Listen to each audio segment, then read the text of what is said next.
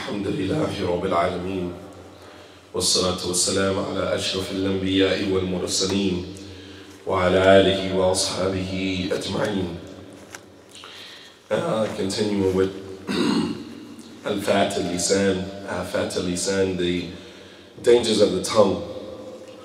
We come to number 5 or number 6 from the dangers of the tongue.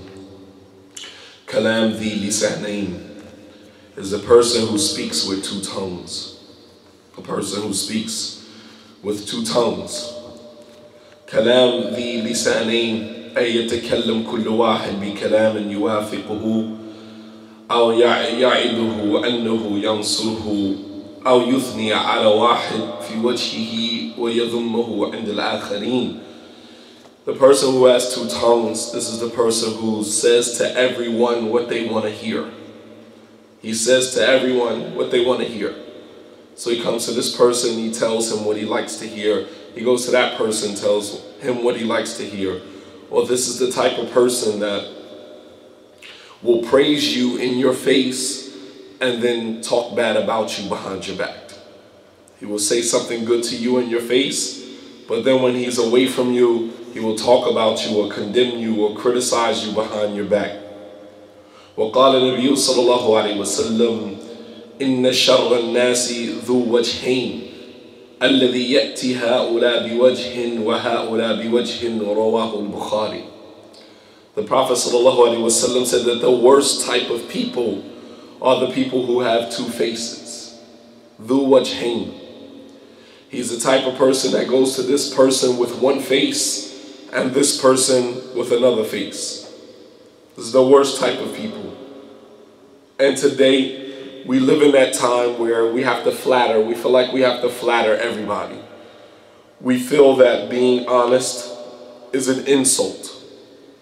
And that tells you the time that we live in, that being honest with someone is an insult. So much so that you have to flatter everyone in order to be accepted, in order to be looked at as an equal. Because the moment you become honest with people, people begin to stay away from you and stray away from you because you're insulting. You can't even be honest with people. This is the time that we live in.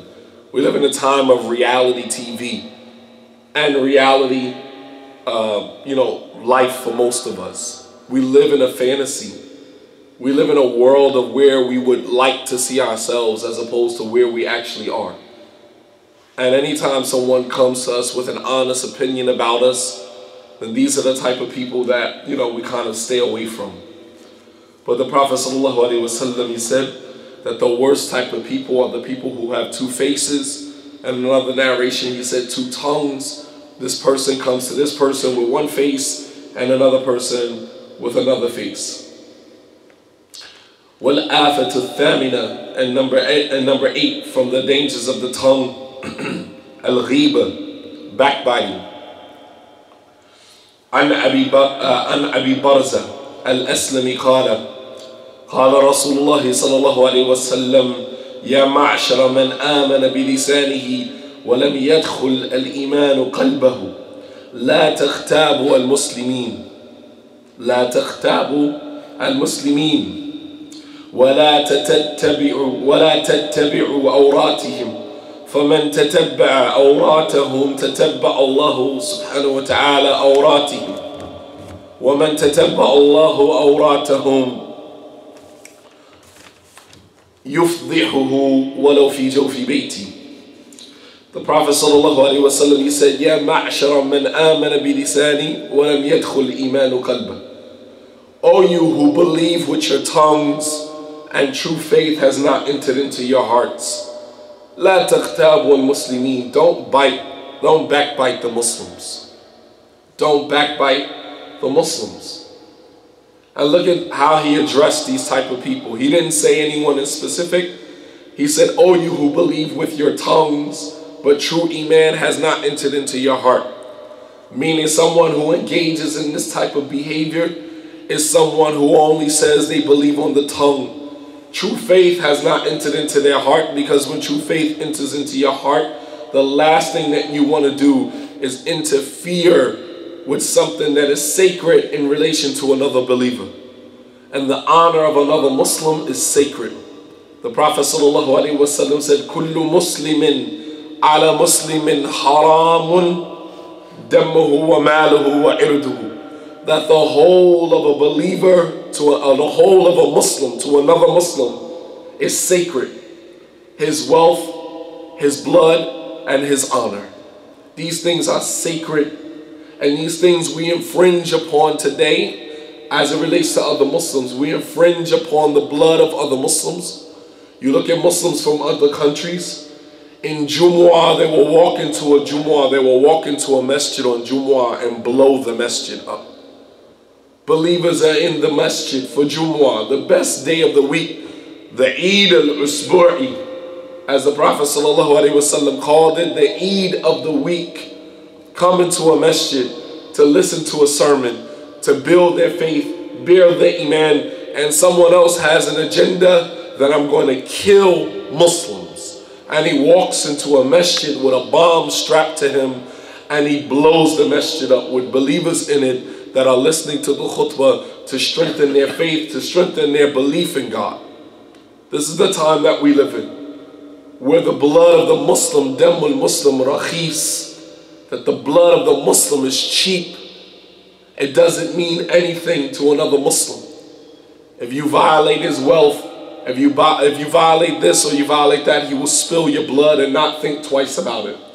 The Prophet ﷺ said, قَطْرَ الدَّمِ الْمُؤْمِنِ أَحَبُّ إِلَى اللَّهِ سُبْحَانَهُ وَتَعَالَى مِنَ الدُّنْيَا وَمَا فِيهَا.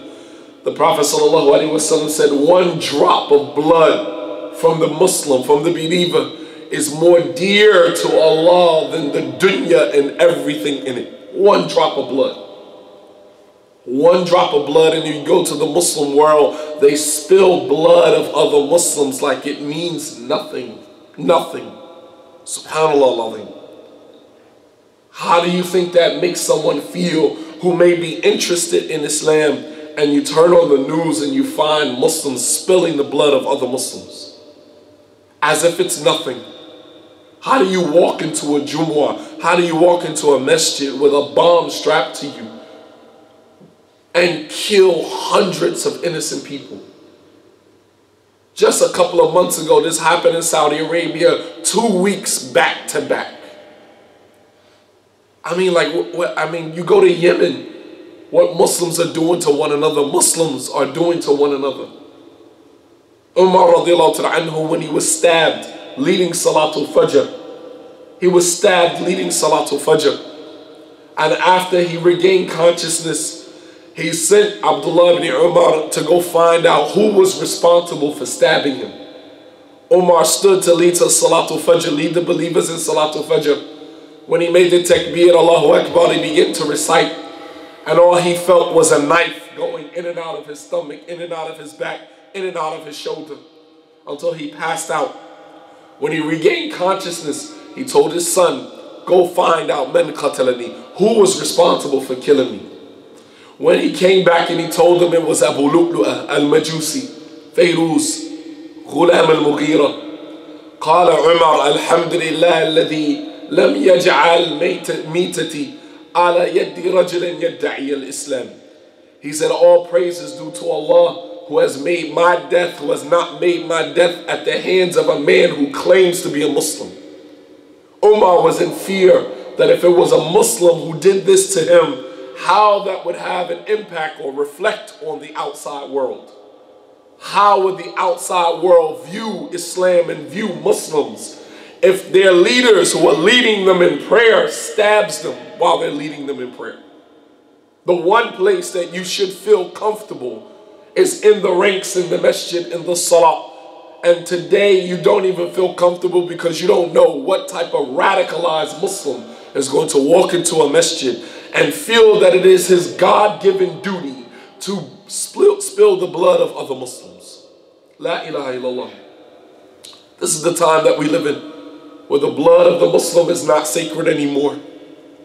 The blood of the Muslim is not sacred anymore. The Prophet ﷺ, as he was distributing the war goods to his companions, a man by the name of Dhu Khuwaysara stood up and he said, Ittaqillah ya Muhammad. وعدل في القسمة. He stood up and he said, "Oh Muhammad, fear Allah, Muhammad, and be fair in your distribution of the war goods."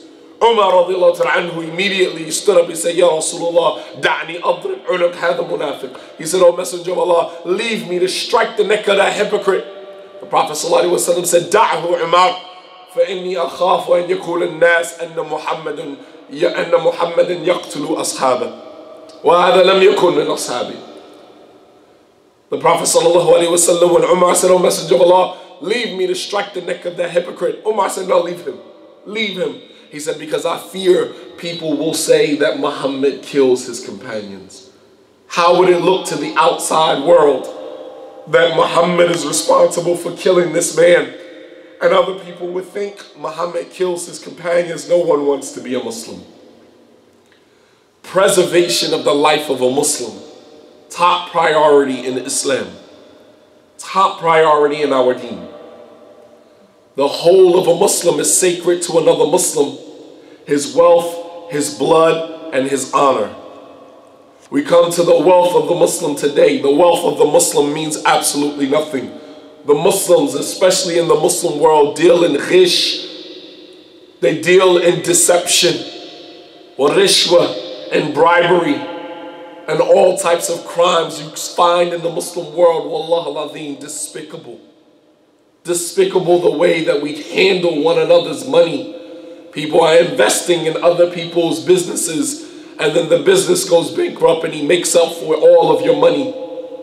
There's a stigma surrounding certain Muslims from Muslim countries. I'm not going to say the name because I don't want anybody to feel offended. But there's a certain stigma surrounding certain Muslims, certain culture of Muslims, that people do not deal in them with dealing with business. Because they are known to take your money. They are known not to have respect and honor the sacredness of the Muslims' money. And here in America, we have to fear Allah subhanahu wa ta'ala, especially those of us who run masjids, those of us who run Islamic schools, those who run businesses that support and service the Muslims, to fear Allah subhanahu wa ta'ala concerning the wealth of the Muslims. The whole of a Muslim to another Muslim is sacred. Malahu wa dammuhu wa irduhu. His wealth, his honor, and his blood is sacred. If you play with that, if you take advantage of that, if you do not fear Allah subhanahu wa ta'ala concerning that, there will be severe consequences to that. You're dealing with the wealth of the Muslim. When a Muslim gives a masjid sadaqah, he is given the masjid sadaqah under the guise that the masjid is going to take that money and do right by the money of the Muslims. If you take that money and you misappropriate that money and you use that money for other than the reasons that you say you are going to use that money, there will be severe divine consequences on Yawm al-Qiyamah. The whole of a Muslim to another Muslim is sacred. His wealth, his honor, and his blood. We come to now the ird of the Muslim, the a'rad al-Muslimin. The honor of a Muslim today is sacred, and we have lost our understanding. We have become detached from our understanding of the sacredness of the honor of another Muslim. It is haram by all means, by every means of this word, haram. Any meaning that you can derive from this word haram, it means it and more. For you to destroy the honor of another Muslim, to destroy and to infringe upon the honor of another Muslim. I've said this throughout the years. I'm going to keep repeating it because we are living in a time where religiosity, our spirituality has decreased to an all-time low, where we can get on the internet and we can spread things about another Muslim's honor, dishonor him, shame him publicly, and sometimes be an outright lie. Because lying on the honor of another Muslim is not just ghiba, it's not just backbiting, it's called al-buhtan, it's called slander, which is even worse. Slander, where we will go on the internet where thousands and thousands and thousands of people may read this information and slander or backbite another Muslim. Where we will backbite the Imam of the Masjid, The Imam may give a khutbah. He may make a mistake. We're human beings. We're prone to making mistakes. And then after the khutbah, we'll have one genius that'll go around from person to person. I don't like what the Imam said. I think the Imam needs to be removed. I disagree with the Imam. The whole world doesn't need to know that you disagree with the Imam. We all have our own minds. We're all entitled to our own opinions. I don't even agree with some of the things I say as a human being. I don't agree with some of the things I say. So how could you expect me to agree with something that another man says? And I don't need to broadcast that. Sometimes I may give a lecture. Sometimes I may give a talk. And then I'll walk away and say, you know what? I could have said that differently. I could have said something a little different than that. I don't agree with everything that I say. So how could I possibly agree 100% with something that another man says? Imam Malik rahimahullah ta'ala, he said, كُلٌّ يُؤْخَذْ مِنْ قَوْلِهِ أَوْ يُرَدْ إِلَّا صَاحِبُ هَذَا الْقَبْرِ وَأَشَارَ إِلَى قَبْرِ النَّبِيِّ صَلَّى اللَّهُ عَلَيْهِ وَسَلَّمَ. Imam Malik said, everyone's statement, everyone's opinion can be accepted or rejected, with the exception of the man in that grave right there, and he pointed to the grave of the Prophet sallallahu alaihi wasallam. Any man's opinion can either be accepted or rejected, but I don't need to broadcast that around the world. If I don't listen to a particular Imam, if I don't take knowledge from a particular Imam, I don't need to broadcast that around the world just to destroy and infringe on the honor of another individual. The whole of a Muslim to another Muslim is sacred. His wealth, his honor, and his blood. Sacred. The Prophet sallallahu alaihi wasallam, he said, Ya ma'shara man amana bi lisani wa lam yadkhul al-iman qalbah. O you who believe with your tongues, but true iman has not entered into your heart. La taqtabu al-muslimin. Don't backbite Muslims. Don't backbite the Muslims. And backbiting, as the Prophet ﷺ defined for us, these technical Islamic terms, they were defined for us in our religion. You don't get to decide or determine what backbiting is. It has already been determined for us. The Prophet ﷺ said, Atadruna mal ghiba. Do you know what backbiting is? He said, Dhikruka akhaka bima yaqra. It is to say something about your brother or your sister that they would not like if they were present at the time that you made the comment. To say something about them behind their backs that now you don't know what the person would like or wouldn't like, so that means just stay away from mentioning them, period. Because we'll say something about someone and say, well, you know, if they were here, I've said it to his face before. I've said it to him before, so, you know, it's not backbiting. That does not justify you. That does not justify you. It means stay away from the person's honor altogether. Don't say anything about him altogether. ذِكْرُكَ أَخَاكَ بِمَا يَقْرَأ. To mention something about your brother that he would not like. The Salaf, they used to say, some of the scholars of the past, they used to say that a man will come on the day of judgment and he will notice a whole bunch of hasanat in his scales of good deeds. And he will turn to Allah subhanahu wa ta'ala and he will ask Allah, where did these hasanat come from? I never did any deeds to earn this amount of hasanat. And Allah subhanahu wa ta'ala will say to the individual, these are hasanat that we took from those who used to backbite you that you never even knew about it. MashaAllah, tabarakallah. These are hasanat that we extracted from other people who used to backbite you in your absence. Abshir, receive glad tidings, they're for you. Abdullah ibn Mubarak rahimahullah ta'ala, he said, لو كنت مكتابا لكتبت أبويا لأنهما أحق الناس بحسناتي. Abdullah ibn Mubarak rahimahullah ta'ala, one of the scholars of the past, he said that if I was going to backbite anyone, I would backbite my parents. He said, because if there was anyone that was more deserving of my good deeds, then it's them. Because that's what you do when you backbite someone. You are literally giving them your good deeds, handing them your good deeds on a silver platter. So if that is how you choose to fill your books, your scrolls up with your deeds, by backbiting people, spending day and night talking about this one, talking about that one, if that's how you choose to fill up your scrolls for abshir, then receive glad tidings, because that is the way that you receive, that's what you will receive in your book. On the day of judgment, everyone will receive their book in their right hand or in their left hand. and your book will be a reflection of your life and how you spent it.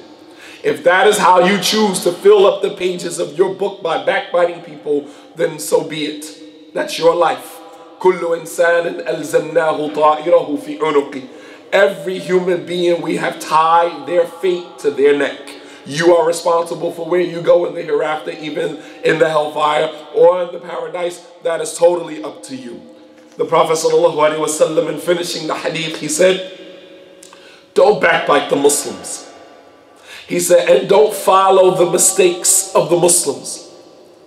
لا تتبع عوراتهم. Don't follow the mistakes of the believer. Meaning they'll go searching, looking for every little mistake that he has made, so that you can build your argument. Because your argument is that I don't like this person because this person is a liar, this person is a deceiver, this person is a deviant, this person is astray. So what do now? You got to support your claim. So now you go back and you go searching for things that the person has done or has said that will support your claim. Our claims are not in this life, our claims are in the hereafter. You have a claim against someone, your claim will be brought on the day of judgment, where Allah subhanahu wa ta'ala will substantiate your claim. Your claim is not in this life. It's not my job to prove to people that you are a liar. That's not my job to prove to people that you are a deceiver. If someone comes to me for advice about you, and I know that this is your character, then I have an obligation to explain to the person XYZ so that they don't become another victim. But to intentionally take it upon yourself to ruin and infringe on the honor of another Muslim, this is haram in Islam. He said, don't follow the mistakes of the Muslim. He said, because whoever follows the mistakes, the faults and mistakes of another Muslim, then Allah will follow your faults. Kama tudinu tudan, just as you do to other people, so shall Allah do to you. And if you follow the mistakes of other people, then Allah will follow your mistakes. And if Allah subhanahu wa ta'ala follows your mistakes, يَفْضَحُهُ وَلَوْ فِي جَوْفِ بَيْتِي, then Allah subhanahu wa ta'ala will expose you, even if it is the things that you have done in the comfort of your own home. Even if it is the things that you have done in your own home. You think about people, I want to show you how this can actually manifest. How can you spend your life exposing other people, talking about other people, backbiting other people, following the faults and mistakes of other people? How can that turn around and come back to haunt you, even the things that you've done in your own home? Allah subhanahu wa ta'ala is muqallib al-qulub. Allah is the changer of the hearts. And He changes the hearts however He wills. Your own children in your home, they see everything that you do. Your own children, they are cameras. They see everything that you do. Who is to say later on, after your children become adults and they start to see the hypocrisy in you as their parent, and they begin to expose some of the things that you used to do when they were young that they saw in your own home? That whoever follows the mistakes of another believer, then Allah subhanahu wa ta'ala will follow his mistakes. And whoever Allah follows their mistakes, He will expose it, even if it are things that you did in your own home. Things that we do in our own home. You might hit the return button on your computer, not thinking that it was one thing, but it may be something else, and it goes out into the internet world for everybody to see. Something as small as a mistake as hitting the wrong button on your computer. And now other people now have become exposed to the things that you have done even in your own home. Be aware of this trend of exposing other people. Be aware of this trend of backbiting Muslims. The whole of a Muslim to another Muslim is sacred. His wealth, his honor, and his blood. Brothers and sisters, this is what I wanted to present. Allah subhanahu wa ta'ala knows best. وصلى الله على نبينا محمد وعلى آله وصحبه وسلم تسليما كثيرا وآخر دعوانا أن الحمد لله رب العالمين والسلام عليكم ورحمة الله وبركاته.